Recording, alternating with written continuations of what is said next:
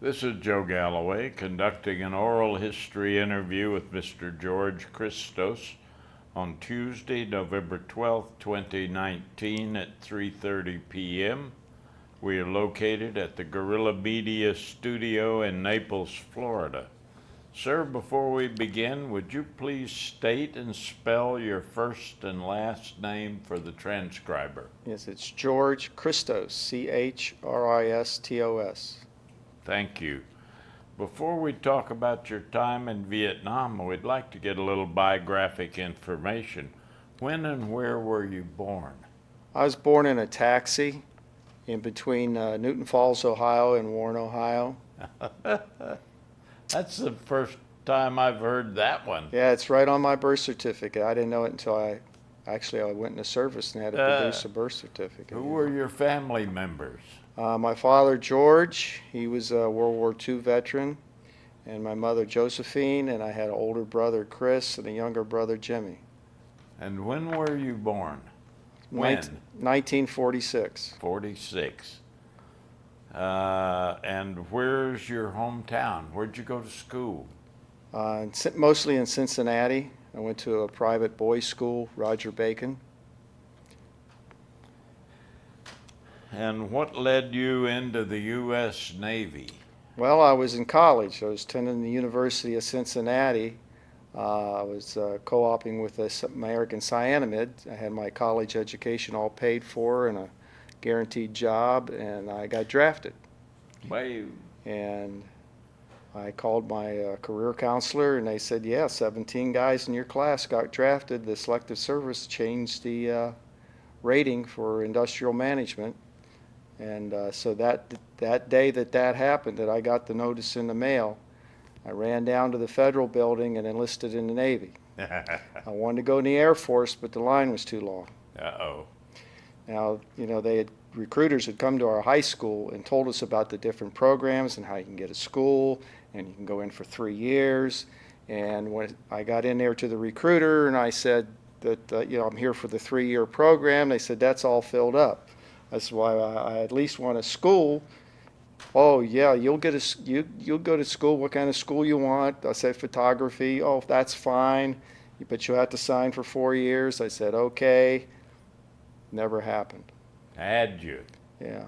Back then they used to transfer the recruiters every 3 months. So when you get out of boot camp, you want to go looking for them. Yeah. Yeah. So he lied to you. Yes.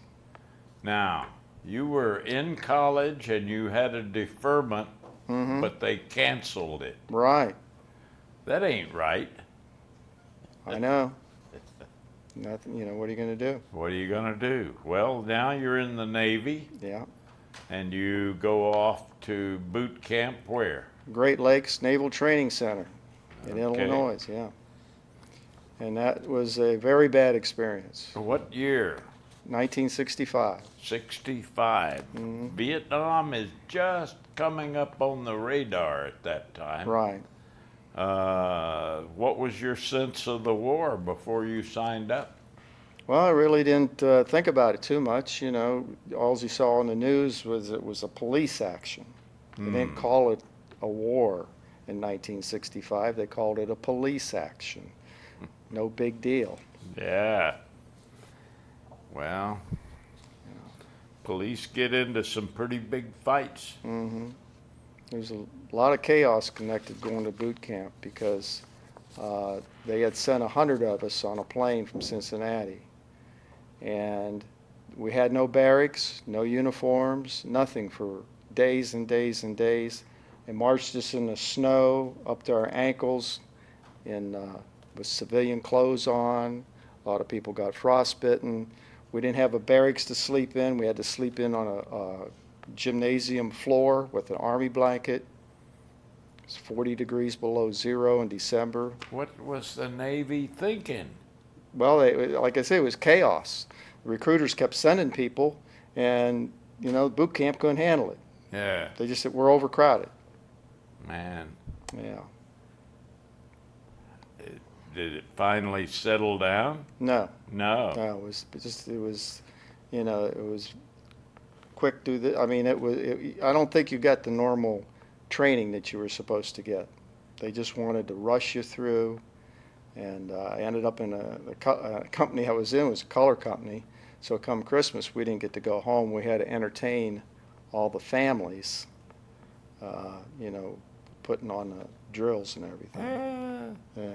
So, but and then even the company commanders were all corrupt. If you wanted to pass the test at the end and not have to take boot camp over again, everybody put money in his car. He told you to do that. Whoa. So then when it came for that final test, he just came in a room and read off all the answers. Yeah. Nice guy. Mm-hmm. And then when I went to there's a point in boot camp a couple of weeks in where you go to see the career counselor or whatever. And I says, well, I'm all set. I'm going to school. Oh, there's nothing in here about that. You're not going to school. I stood up. Guy hit me in the mouth. Yeah. So, and then I got the flu. Had a temperature 104. Had a choice of taking boot camp all over again if I wanted to go to the hospital, or I could sleep under my rack on the floor in the barracks until temperature went down some. Yeah, which I was this Camp Moffett. It was an old barracks built in World War II in a hurry by the Seabees, and that's it. Christmas Eve, the heat went out. Ah, very good. Yeah. So, just a lot of things that. Did you receive any training before they assigned you to a ship? I wouldn't call it that. They made sure you could swim. That's it? Yeah. Well, you went through. You had, they run you through tear gas. Put you in a tear gas bunker, make you take the mask off. But mostly we just did march in the snow. We just march. Especially because in December, when the holidays and people are going home, regular enlisted, they didn't do anything there at boot camp. They just kept you there, and you spent a couple of weeks just if you go to the chow hall, you would go to the chow hall 3 miles away. You wouldn't go to the one right there by your barracks. Now, your MOS was a radio man? Did they Eventually. Eventually. I was sent to Quonset Point, Rhode Island, first of all, and I was on the Admiral's staff because I could type 70 words a minute, and I got a top secret clearance right away. So I handled all the classified information for the Admiral directly, just me. And then their print shop broke down where they printed all the classified information. I had that experience from working with Kodak when I was in high school. I fixed all the machines. The 2 civilians that worked there ended up working for me. But then, I got transferred to the Marine Corps. I got orders to go to the Marine Corps to be a typist in the field. And a friend of mine had a brother that worked at Bupers, and the only way I could get out of it, I had to volunteer to go on a destroyer to go to Vietnam. Yeah. So as a radio man, or no, as personnel man. Personnel. Because I could type 70 words a minute. Okay. So when do you get to go to radio school? I didn't. You didn't? No. So I report aboard the ship, and the XO. I was aboard the ship for 1 day, all settled in actually in the aft part of the ship, which was preferred on a destroyer. And after 1 day, we had to report to quarters, and we were going out to sea for a day or two for a trial run or whatever. And the XO came to quarters looking for me. He said, "Son, you ever been to sea before?" I said, "No, sir, not with the Navy. I've not been to sea." He says, "Well, you go pack your sea bag and report to me." So he put me up in the forecastle with the bosun's mates. So for a couple months I was a bosun's mate. And during that time I actually got injured in the gun mount. They didn't do anything about it. And so eventually they had 2 radio, as we were making our way to Cuba for training and then eventually Vietnam, they had two people in the radio one jumped over the side, and then another guy took a machine gun and started shooting up the officers' sleeping berth. So anyhow, I had the highest electronics on the ship, so they transferred me to the radio room. So I became, and I had top secret clearance already, so I became the crypto operator. You know, there's a little de facto radio man. Yeah. Yeah. Yeah, and I actually took all the courses and became a petty officer, but they never gave it to me because of my. You have the weirdest naval career I've ever heard about. It was all 18, 19-year-olds. You know, Yeah. If you were 19 or 20 years old, you were one of the older guys on the ship. We had guys there that were 17 years old. We had guys in boot camp that were 16 years old because they were juvenile delinquents and their parents had signed them in, and they, you know, it wasn't good. What a mess. You had a lot of misfits. Yeah. A lot of misfits aboard ship. And the XO was the biggest problem aboard ship because he exposed everybody to asbestos. He had us cut the asbestos off in the passageways that covered the brass pipes and throw the asbestos over the side, but you know, we had left 4 inches at the top and 4 inches at the bottom. So that dust for 2 years exposed everybody to the ship. Why did he want the He wanted them polished. He wanted them polished. Polished with little cans of Brasso that we would get out of the ship's supply. And how he got caught and taken away in handcuffs is that the Navy Department wanted to know why a destroyer in a 2-year period was using more Brasso than aircraft carrier. So they sent an investigator. And sure enough, when they saw that asbestos all over the ship, that powder everywhere, I mean, out of 280 guys, I only know about 4 of us still alive. Wow. Mm-hmm. Amazing. Yeah. So, yeah, it wasn't. So, you go to Vietnam aboard a destroyer. Right. You go through the canal, or? Yeah, we went through the Panama Canal. Yeah. Went out to San Francisco. We went to Hawaii, and the barrels on the ship were from World War II. So in Hawaii, they put all brand new barrels on. They installed 50 caliber machine guns up on the wings of the ship. They gave us landing. I was actually on a. If we were going to go ashore and put a spotter on the beach or something like that, I was part of that. No training, just we had the radio equipment and the rafts to go ashore. And actually, during Operation Sea Dragon, we had a SEAL team put on our ship. We'd drop them off in the middle of the night. And then I was the top secret in the crypto room there. I would get their messages and relay them to the captain. And they were going in and assassinating heads of villages in North Vietnam, up in Dong Hoi, which was the main supply line of the Ho Chi Minh Trail. Yeah.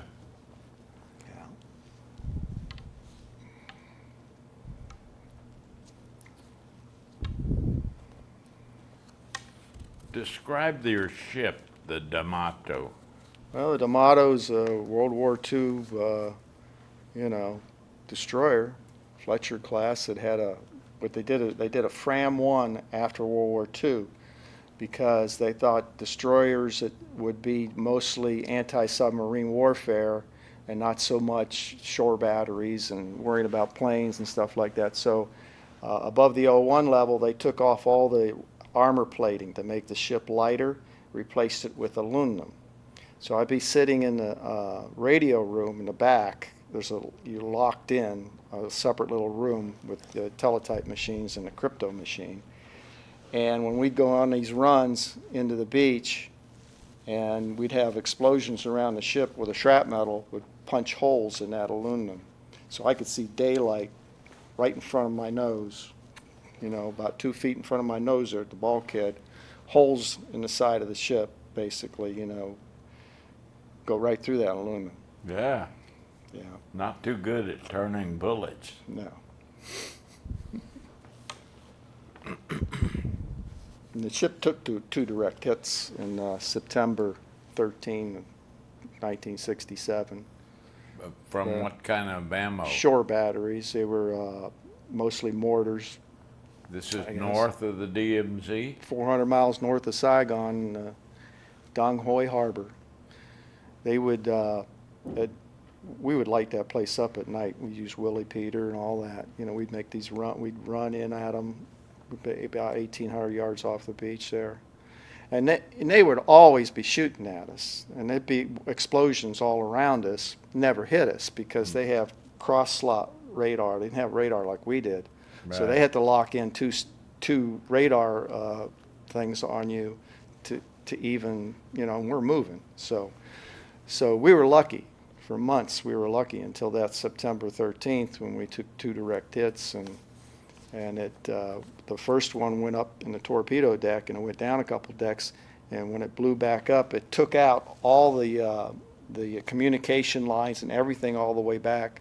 I mean, nothing worked. Nothing worked from the bridge.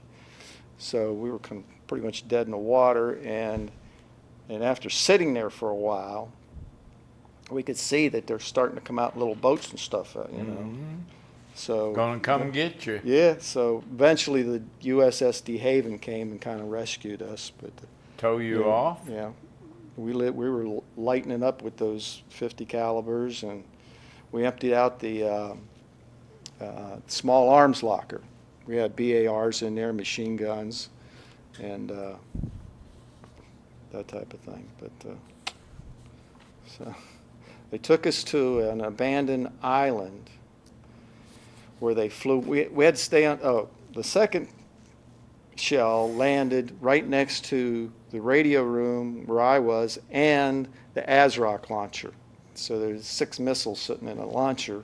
And we had limited nuclear warheads on that ship. And the antifreeze jackets on that launcher were all tore up. So all the antifreeze, so those things were getting hot, you know, like 120 degrees in Vietnam. And so we had to pump salt water on them to try to keep them cooled down a little bit. They took us to this abandoned island. We had to wait there until they flew in a crew from California to disarm the warheads. And then they took the ASROC launcher off the ship. Then they took us to the Philippines. And they took us to the Philippines, and they wouldn't let anybody off the ship, but they took us to, they brought in these LSTs, and they took us to another island, took the crew off the ship and took us to another island, got us drunk for 3 days. Then they put us back on the ship, and they repaired the ship in Subic Bay. And you'd be laying in your rack, and people be climbing over you because they're running all new wires and cables and everything. They worked around the clock.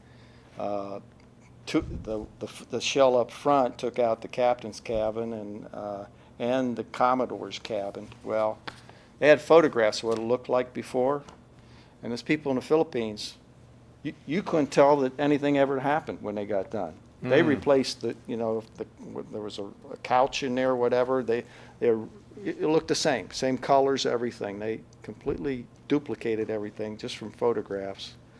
Amazing. We were there a couple weeks, and we weren't allowed to communicate back home. All of our mail was held for months. Okay, this is going into November, Thanksgiving, Christmas. We didn't get any mail. They weren't sending our mail out. So the Viet Cong, they said they'd sunk us. So the Commodore had us paint the numbers big on the side of the ship, you know, instead of the gray, everything grayed out. And then we put the white canvas all around the ship, and we went right back to North Vietnam where they had hit us and made a run at them and let them know that they didn't do any, you know, they didn't sink us. But our parents, my father was going crazy. My father grew up in Greece, but he was born in Cincinnati. But my grandfather died at a young age, 22. He came from, my family came from Greece. But, you know, my parents were calling the Navy Department, everything else, where the hell is he, you know?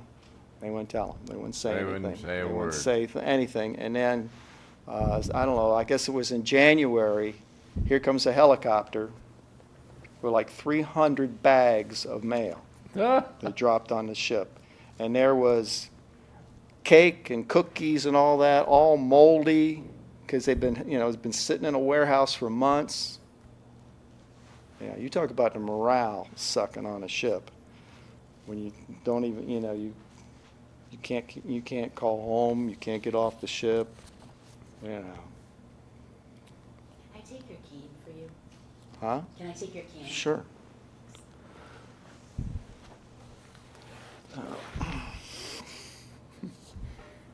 Could you describe naval gunfire support and your role on the ship when it was conducting fire support missions? Well, I was in the crypto room. Actually, when we got hit, I had taken my flak jacket off because I got tired of wearing the damn thing, and I put it underneath my chair and took the helmet off. And that's when an explosion that landed right behind the radio room where the ASROC launcher is. And I mean, and then I went to get up. I think the one up front must have come because there was two explosions. The first one, I stood up and tried to get out of there. And as soon as I got in the doorway, bang, and it just threw me through the radio room. I got a bone chip out in my elbow from that. But you know, during the training in Cuba, I was in the gun mount because I was a bosun's mate then. And I had a shell dropped on my foot. And the XO, he wouldn't let us wear the protective shoes that you're supposed to wear on the ship, the boondockers, wouldn't let us wear them. He said, scuff up his decks. So we had Ked's tennis shoes on when we're loading ammunition, taking on fuel, all those different dangerous operations. We didn't have any protective clothing. Or, you know, we're supposed to at least have those boondockers. He wouldn't let us wear them. So.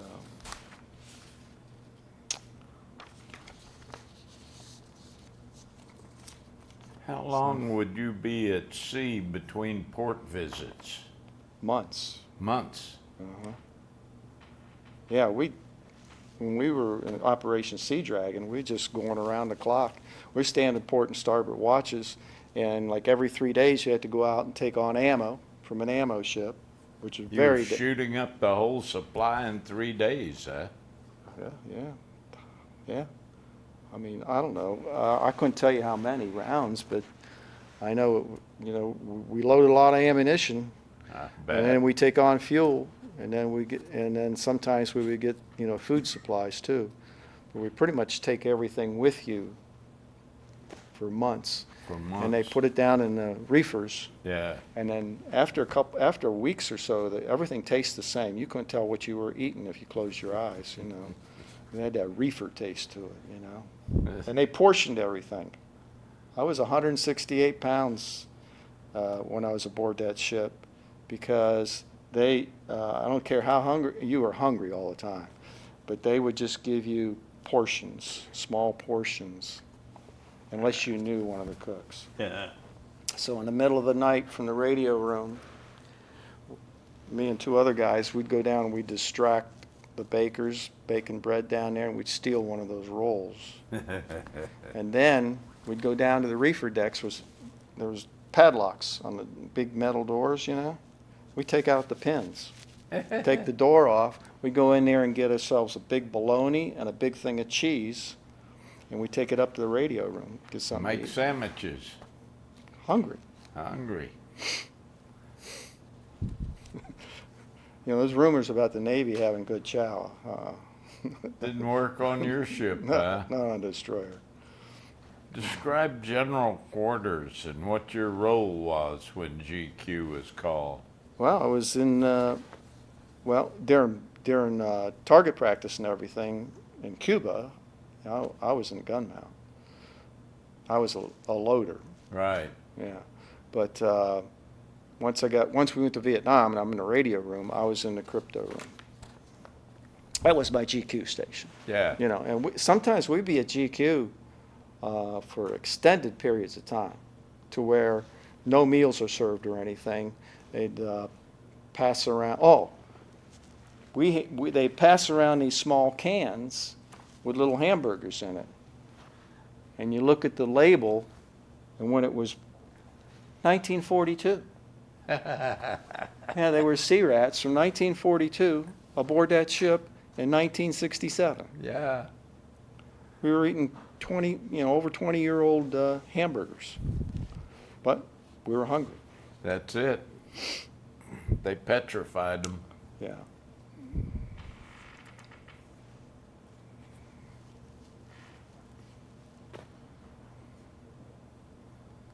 How many radio men were on board that ship? There was, let's see, 1, 2, 3, 4. I want to say about 5 or 6. We Sitting shifts. In a shift, maybe I was in the crypto room, and maybe there'd be two guys. Well, during general quarters, everybody's in there, but there's just 4 on, 4 off. Usually be like 2 guys in the main radio room and then 1 guy in the crypto. So about 3 people as far as I can remember. Yeah. Yeah. So, but during general quarters, there'd be all of us would be in there. Yeah. But they were, there was second class. Well, we had a first class. Yeah, we had a first class and a second class. The rest of us were seamen. Yeah. I was the only one that didn't go to radio school.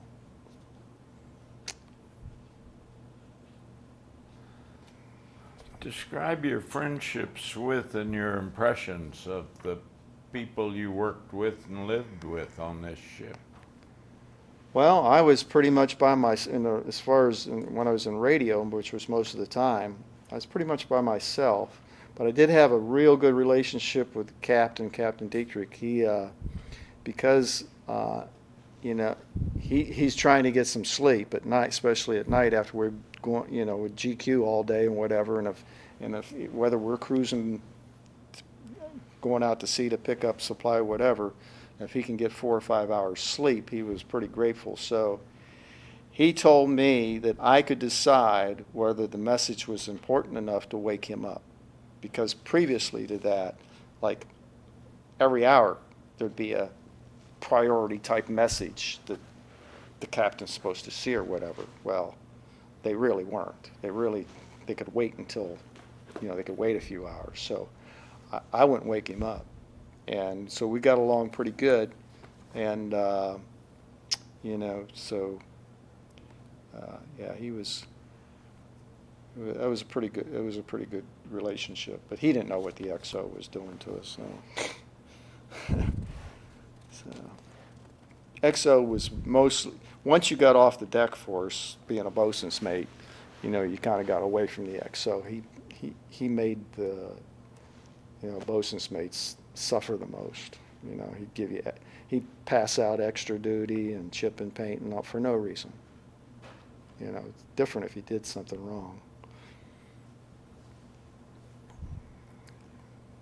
Did you form friendships with men from different racial and social backgrounds? Yeah, I mean, we had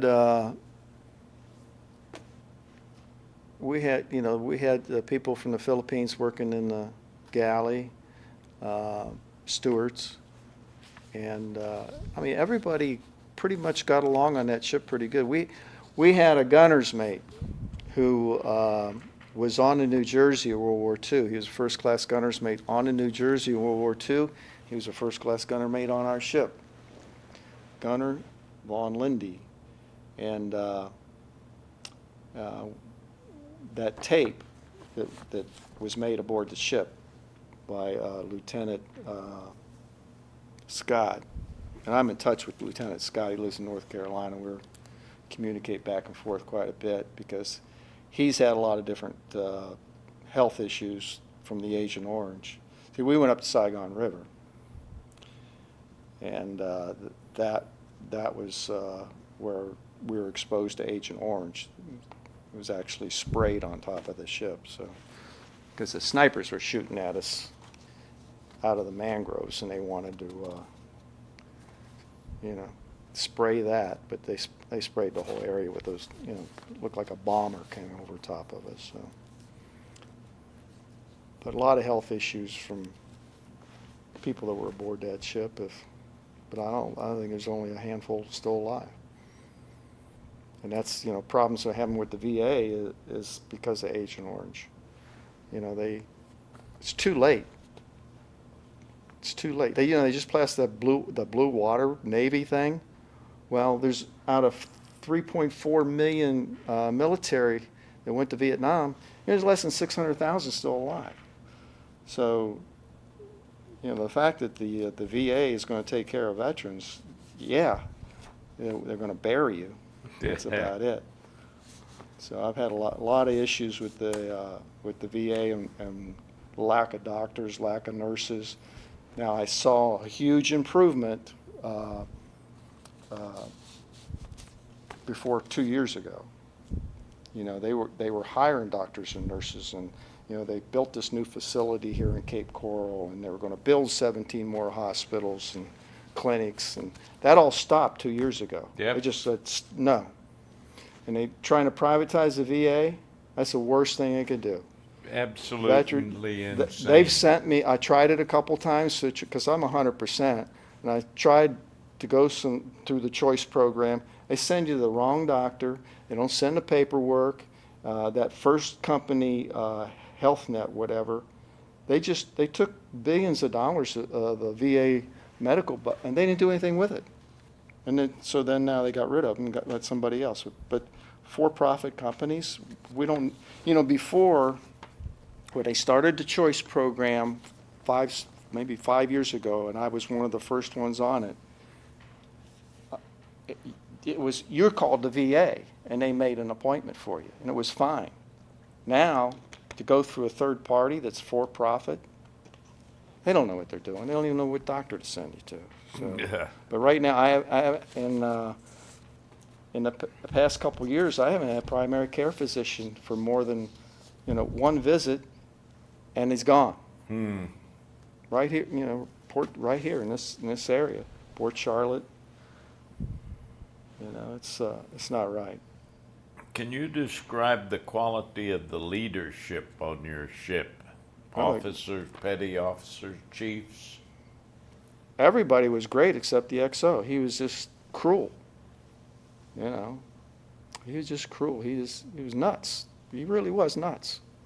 Captain Queeg nuts. Yeah, kind of. I mean, the whole thing with the asbestos. Oh, yeah. And then, it was just what he did to me. They didn't have a personnelman on the ship. I don't know what they did, how that,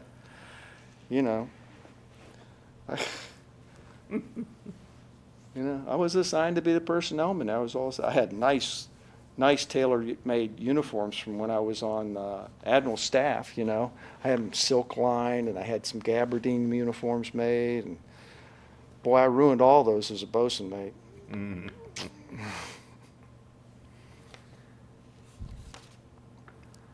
Navy leadership different in Vietnam than it was stateside?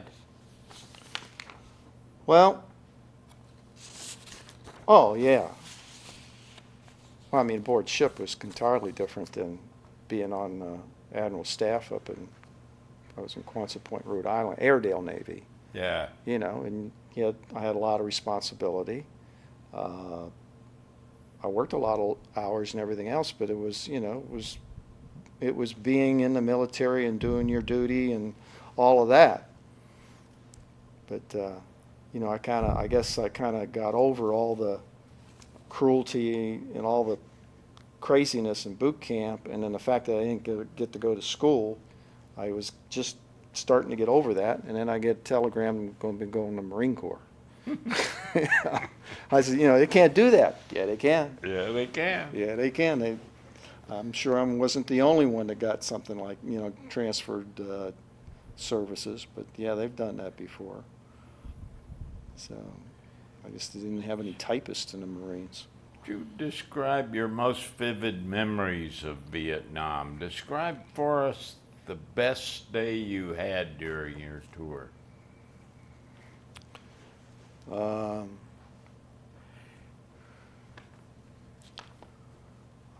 I'd say when we were leaving there, finally leaving, Heading home. We thought we were leaving a couple times, but then that's, at the last minute, like they sent us up the Saigon River and things like that. And we thought we were going to be heading back in a couple days, but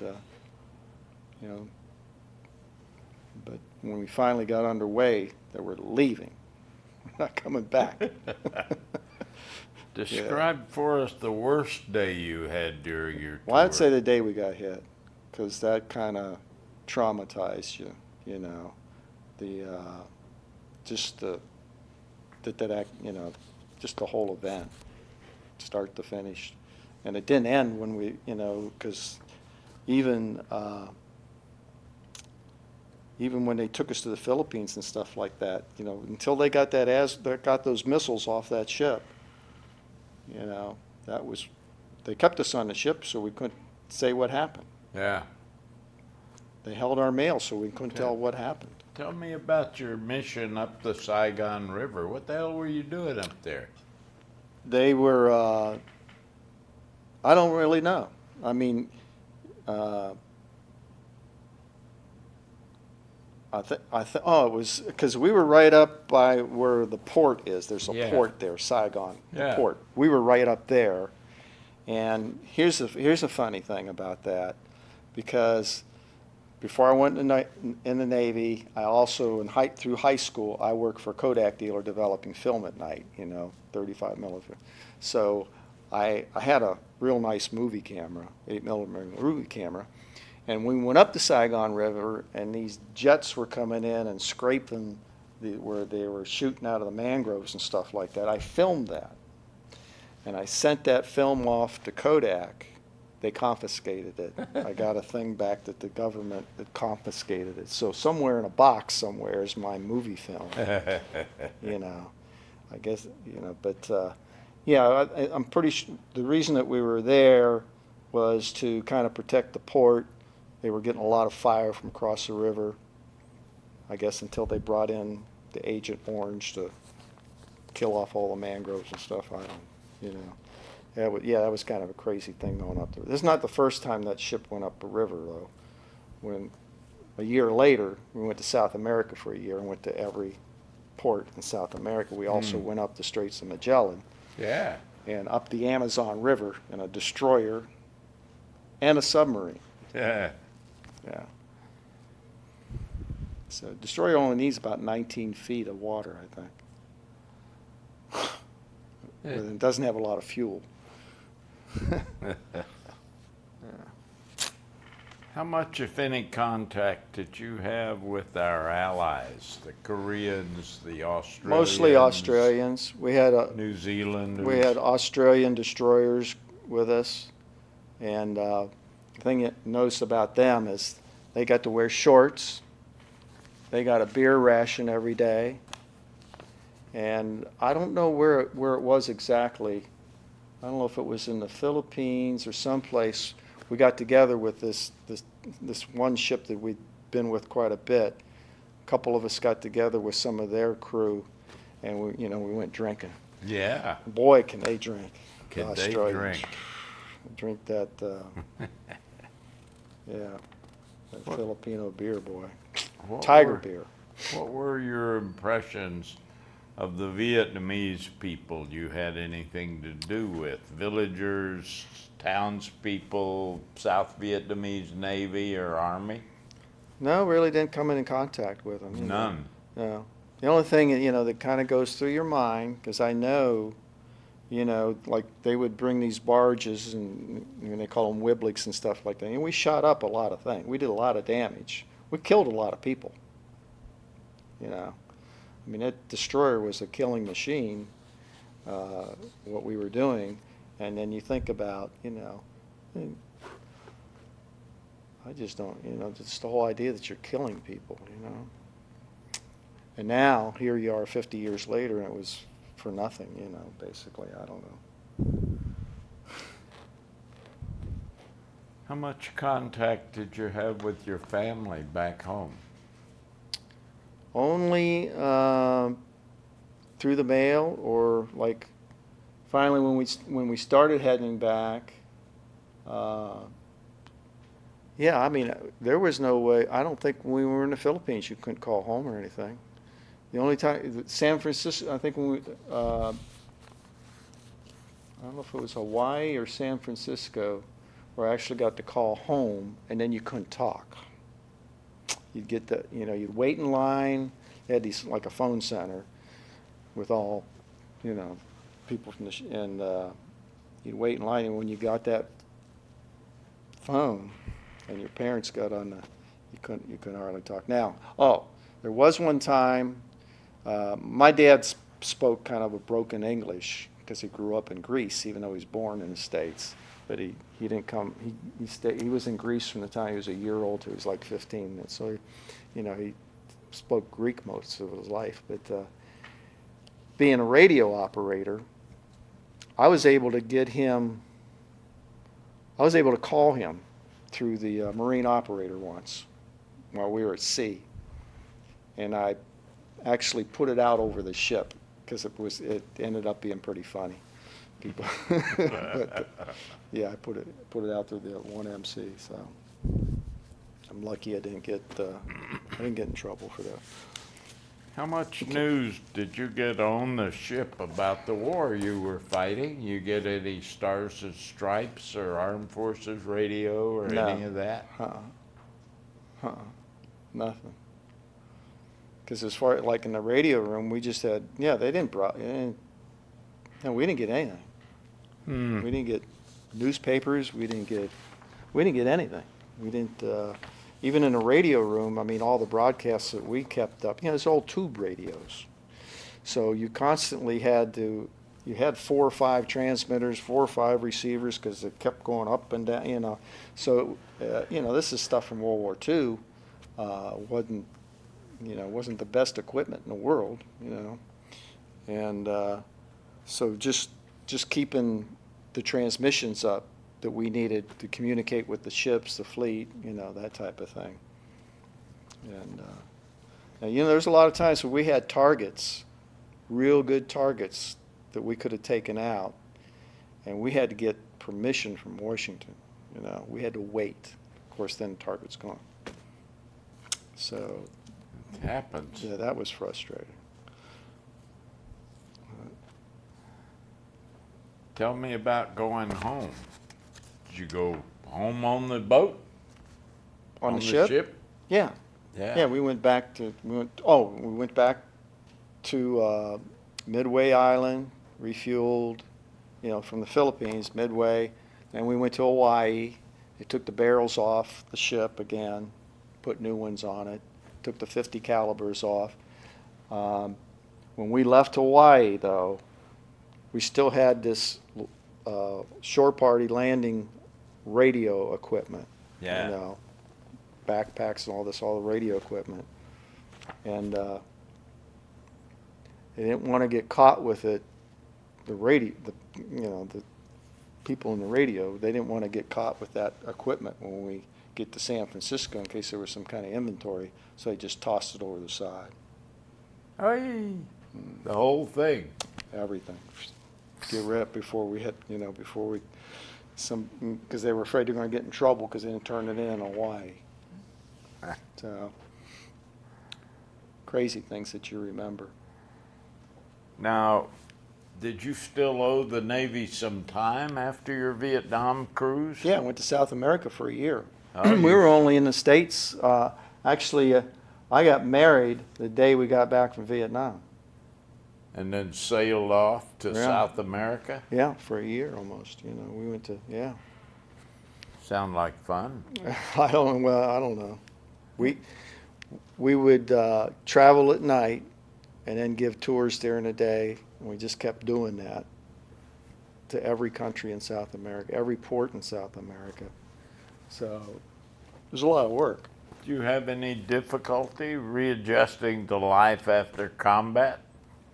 Well, like I said, I had some injuries, and actually, I got out a couple months early because my dad died.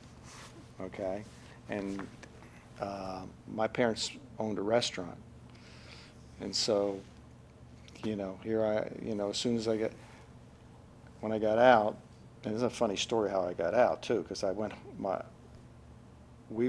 to get out and row to Spain. Ship got back from South America. Now we're going to row to Spain. I was going to be discharged like 2 months later and row to Spain.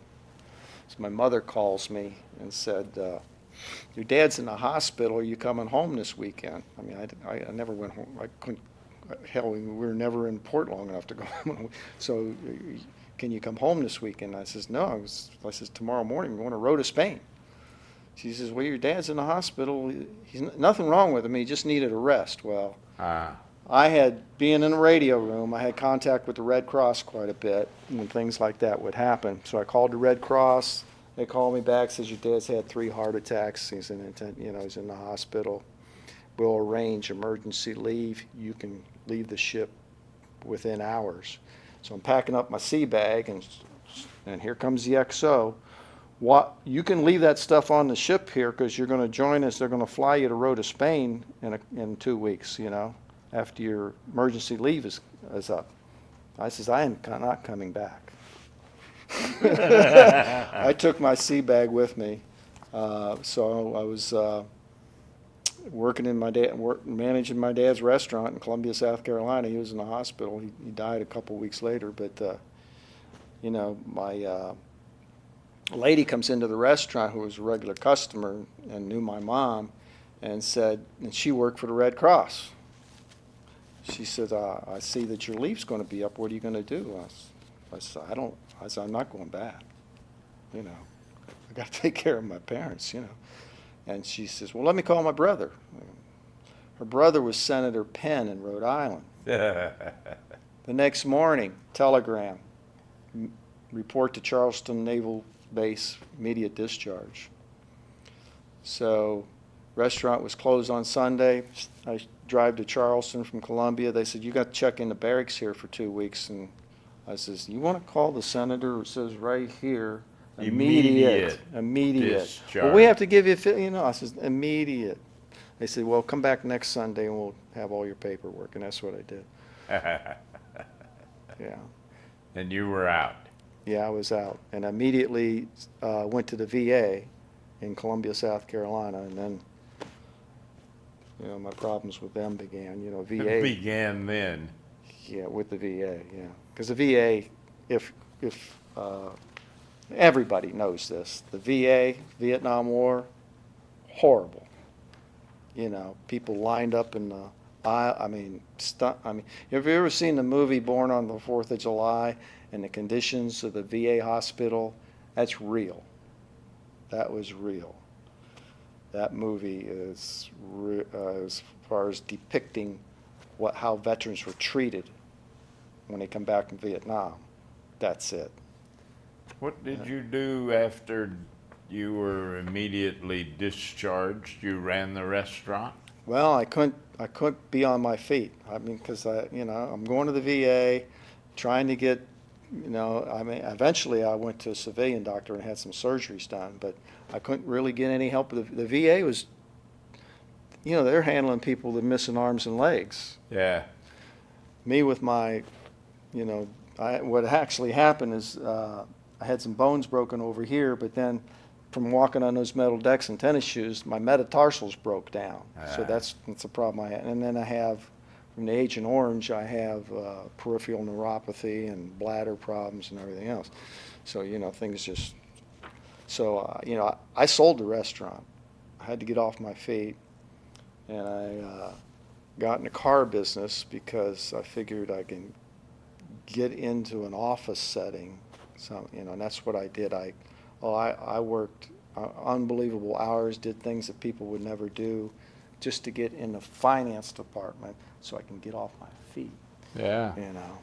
And that's kind of what I did for over 35 years until one day I had a stroke at work, and because based on a rumor that something, Ambulance came, took him to the VA hospital. You know, I had blood pressure was like 480. Couldn't see out of my, and then I've had brain scans that showed that I had the stroke, but they fired me. So then I was 70% then. So the VA said, you can't go back to work. You're unemployable. So that was 11, 12 years ago. It did me a big favor because I guess I'm still alive. Do you think your Vietnam experience changed you and affected your life afterward for good or for ill or somewhere in between? Been married 3 times. Yeah. Me too. And, you know, the psychiatrists and everything at the VA tell you that that's part of it. Because, you know, you let people take advantage of you, and you can't live alone. So it's just a symptom, I guess. I don't know. But, you know, they just... You kept in touch with other people that were on the ship when you were? Just Lieutenant Scott, he became a full captain. He lives in North Carolina now, and you know, he retired from the Navy. But yeah, we communicate almost weekly together. He's had a lot of problems with the VA, and I've been trying to help him with that. That's been what I've been doing. You know, I go to the VA, and you're in a waiting room, and you see some of the neglect that some people are getting. So I kind of encourage people to join the Disabled American Veterans, you know, and let them handle all the paperwork and file your claims. Fight the battles. Because otherwise nothing's going to happen. I experienced that early on when I was just trying to get some basic medical treatment at the VA. Before I joined the Disabled American Veterans, they just turn you down. They just say, you know, they don't even, I don't think they even look at your claim. But how do you think the Vietnam War is remembered in our society today? Well, I think millennials, you know, younger people today, they don't have a clue what happened, you know. They just see, you know, I guess their grandparents or whatever, and, you know, we're just living in such a different age today, you know. It's, it doesn't, when, you know, it's only 1% of the population that's in the military, and they can't take care of them, you know. And I'm sure everybody's experience is different, but, you know, I just, you know, kind of disgusted at the way things have gone. I did see a lot of improvements when Barack Obama was president. I saw a lot of improvements to the VA. I thought, boy, now we're going places. You know, I had a primary care physician. I was seeing the psychiatrist on a regular basis. You know, I was getting my prescriptions and everything on time. In the past year, I've had some very bad, I'm on heavy doses of Lyrica, 600 grams a day, and I had a thing where they didn't send it to me, and I couldn't get it and it's because, you know, even though you have this web page where you order your prescriptions and everything, it just dropped off of there, and I didn't even notice it. You know, I'm just looking at the things that need it.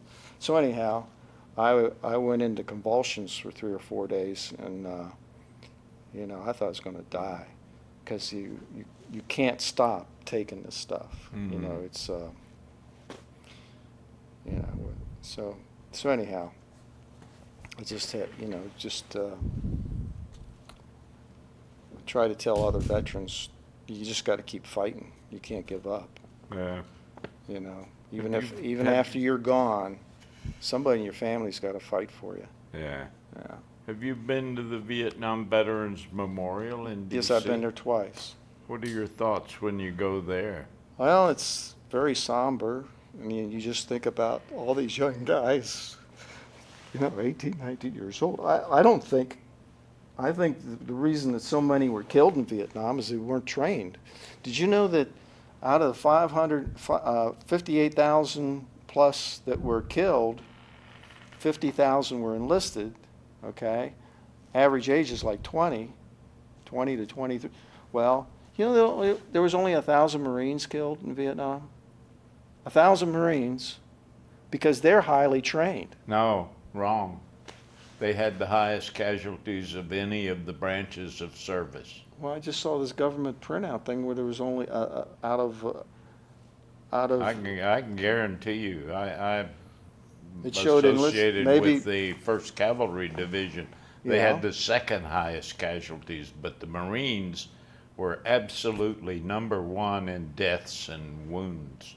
They had the worst area to fight in, Yeah. that I Corps. Well, I thought I got this off the government website. I might have been reading it wrong. You read it wrong. Maybe it wasn't They- 1,000. Maybe it was 1,000 Coast Guard or something. I don't know. But anyhow, I mean, my feeling is that people weren't trained enough. Yeah, that may well have been so, and especially later in the war when they were cranking Well- out 90-day lieutenants and 90-day NCOs. Yeah.